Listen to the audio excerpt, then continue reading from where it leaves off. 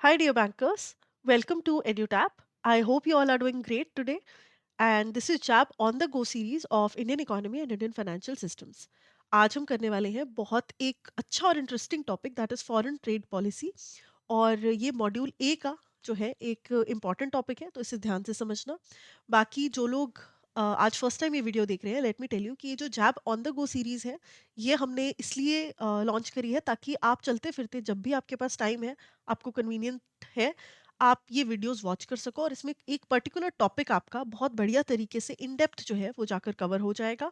और exam related questions जो हैं, जिस तरह के एग्जाम में पूछे जा सकते हैं, मल्टी स्टेटमेंट केस स्टडीज, वो हम यहाँ पर डिस्कस करेंगे। So before moving ahead, I also want to tell you कि एक डॉक्यूमेंट हमने प्रिपेयर करी है जिसमें आपको most important topics, most important MCQs and PYQs जो है वो मिल जाएंगे। एक स्ट्रैटेजिक प्रिपरेशन के लिए ये बहुत ज़्यादा हेल्पफुल है, तो इन्हें एक बार चेकआउट ज़रूर करिए। इनका लिंक डिस्क्रिप्शन में है and it is absolutely free of cost. So let's start with today's topic that is foreign trade policy. क्या होता है फॉरेन ट्रेड पॉलिसी?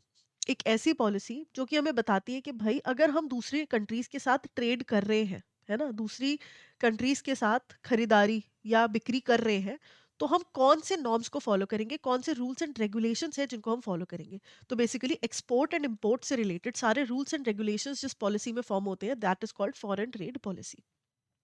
इसी के साथ एक और भी आती है, फॉरेन इन्वेस्टमेंट पॉलिसी, जो कि ये मैनेज करती है कि फॉरेन का जो पैसा है वो किस तरह से हमारी कंट्री में इन्वेस्टेड रहेगा, ये कैसे इन्वेस्ट होगा। दोनों ही पॉलिसीज बहुत ज़रूरी हैं इकोनॉमिक ग्रोथ के लिए, and they increase the countries production and improve national prosperity. ठीक है, तो आप समझ ही गए हो, basically growth and wealth creation of the country के लिए ये दोनों बहुत ज़रूरी है। तो फॉरेन ट्रेड पॉलिसी जो है अब जो हमारी है ना, उसके पीछे अगर थोड़ा सा बैकड्रॉप देखें तो वो ये है कि पहले ना बहुत हाई टैरिफ्स होते थे, बहुत टैक्सेस होते थे। इंडिया वाज नॉट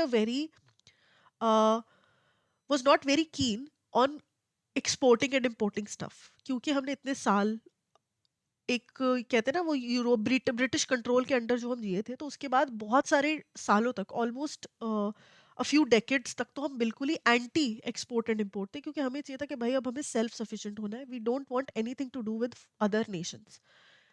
लेकिन वो चीज़ इतनी रिस्ट्रिक्टिव बाद में हो गई है ना, वो माइंडसेट इतना पक्का हो गया कि हम बिल्कुल ही ग्लोबलाइजेशन का हिस्सा ही नहीं थे। हम फॉरेन इन्वेस्टमेंट को हमने बहुत ज़्यादा रिस्ट्रिक्ट किया हुआ था। और ये रिस्ट्रिक्शन जो है ये ट्रेड्स पर भी थी, यानी कि एक्सपोर्ट एंड इंपोर्ट्स ज़्यादा फैसिलिटेट नहीं करे जा सकते थे कंट्री में, ज़्यादा इजीली नहीं होते थे एक्सपोर्ट एंड इंपोर्ट्स। इंडिया में कुछ बनाकर बाहर भेजना है, बाहर से कुछ प्रोडक्ट इंडिया में लाना है, it was not a very easy process. लेकिन हमारे पास इस वजह से बहुत ज़्यादा बीओपी क्राइसिस हो गया था, balance of payment crisis. That means हमारे फॉरेन के जो रिजर्व्स हैं वो बहुत डिप्लीट हो गए थे। साथ ही साथ हम फिजिकल डेफिसिट, गवर्नमेंट के जो खुद के खाते हैं वो भी डिप्लीट होने लग गए थे due to some reasons and wars that we fought during the independence के बाद वाला पीरियड। तो यहाँ पर इन चीज़ों से डील करने के लिए हमने मदद मांगी आईएमएफ की। आईएमएफ ने हमारी मदद तो करी, लेकिन उन्होंने कहा कि भाई आपको इन रिटर्न एलपीजी पॉलिसीज जो है वो अपने सारी पॉलिसीज में इंक्लूड करनी पड़ेंगी, है ना, आपको इनकलकेट अडाप्ट करनी पड़ेगी एलपीजी पॉलिसीज। क्या मतलब है? लिबरलाइज होना पड़ेगा अपनी पॉलिसीज को, अपनी ट्रेड पॉलिसीज को थोड़ा सा फ्लेक्सिबल करना पड़ेगा कि एंट्री एंड एग्जिट जो है फॉरेन पार्टिसिपेंट्स की हो सके। प्राइवेटाइजेशन करनी पड़ेगी, प्राइवेट कंपनियों को जो है रास्ते उनके लिए खोलने पड़ेंगे, एंड ग्लोबलाइजेशन करनी पड़ेगी। ग्लोबलाइजेशन हमने ऑलरेडी पढ़ लिया क्या था। So these were the major major changes जिसकी वजह से लिबरलाइज्ड ट्रेड पॉलिसी जो है वो बनी। 1991 के रिफॉर्म्स के बाद ट्रेड पॉलिसी भी पूरी तरह लिबरलाइज कर दी गई। इंडियन इंडस्ट्रीज को ग्लोबली कॉम्पिटिटिव बनाने के पीछे हमने फिर काम करना स्टार्ट किया, और इंटरनेशनल एजेंसीज जैसे कि आईएमएफ, वर्ल्ड बैंक, इनके जो भी रिफॉर्म्स थे या जो पॉलिसी की एडवाइसेस थी, उनको हमने कंप्लाई करना स्टार्ट किया।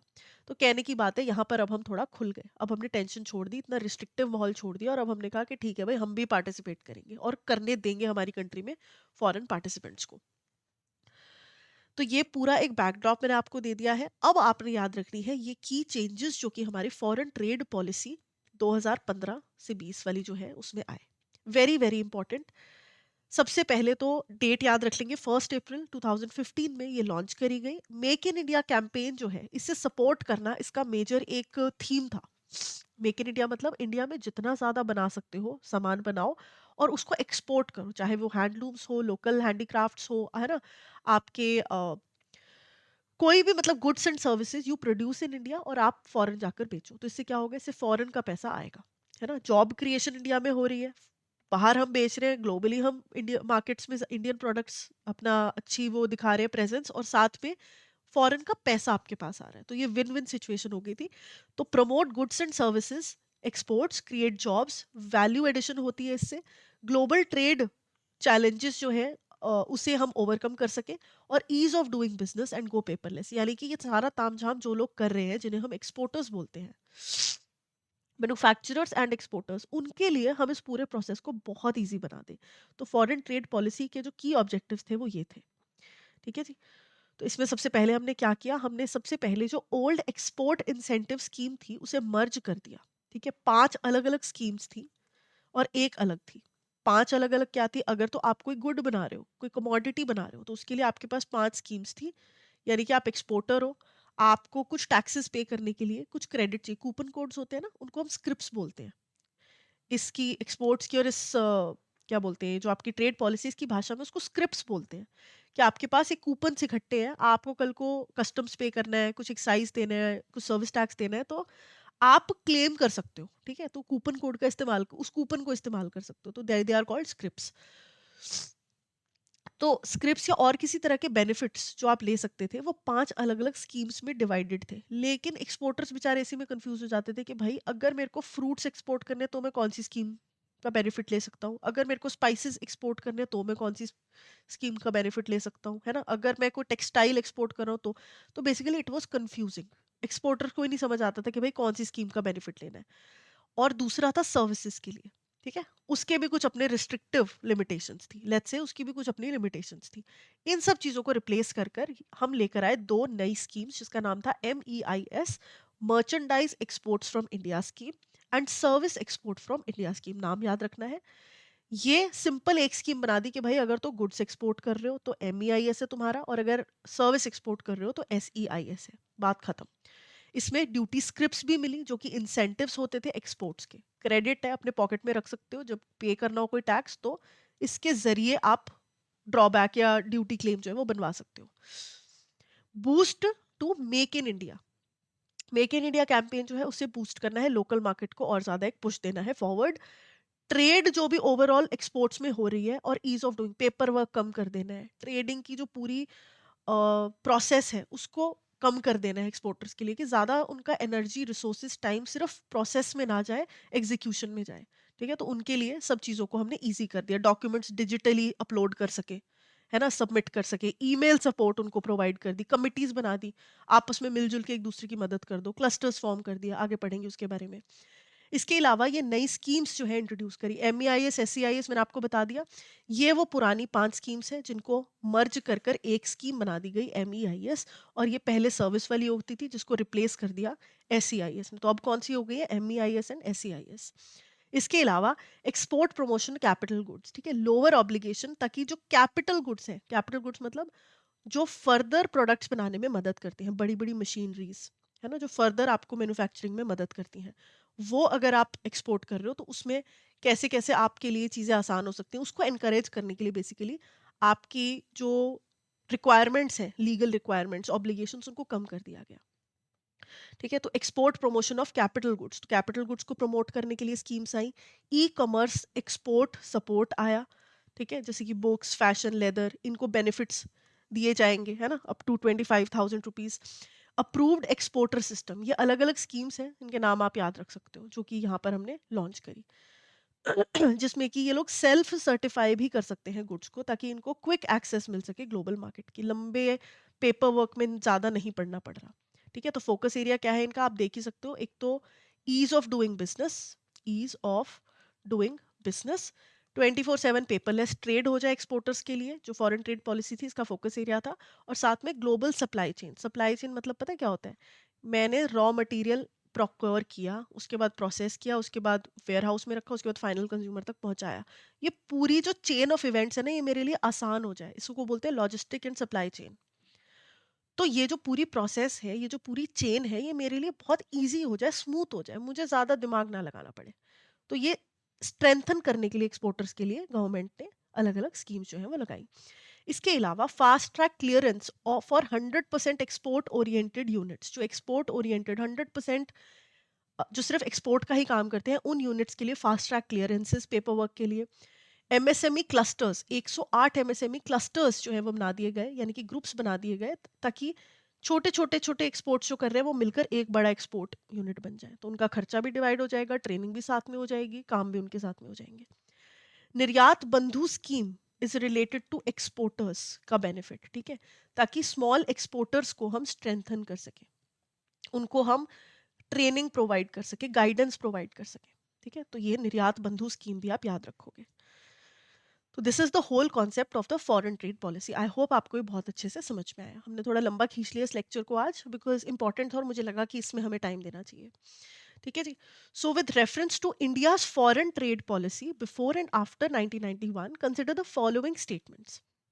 Before 1991 India followed protectionist, protectionist का मतलब पता है ना आपको, जहाँ पर हम ज़्यादा ग्लोबलाइजेशन में नहीं पढ़ते, हम थोड़ा सा रिस्ट्रिक्ट होके चलते हैं, अपनी खुद की, अपनी जो मैन्युफैक्चरिंग यूनिट्स हैं, अपनी खुद के जो मैन्युफैक्चरर्स हैं, प्रोड्यूसर्स हैं, उनको प्रोटेक्ट करके चलते हैं हम।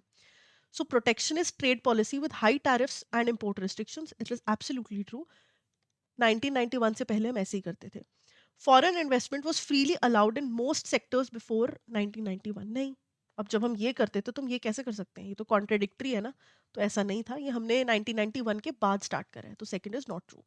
After 1991 India adopted a liberalised trade policy to improve global competitiveness, बिल्कुल सही बात है।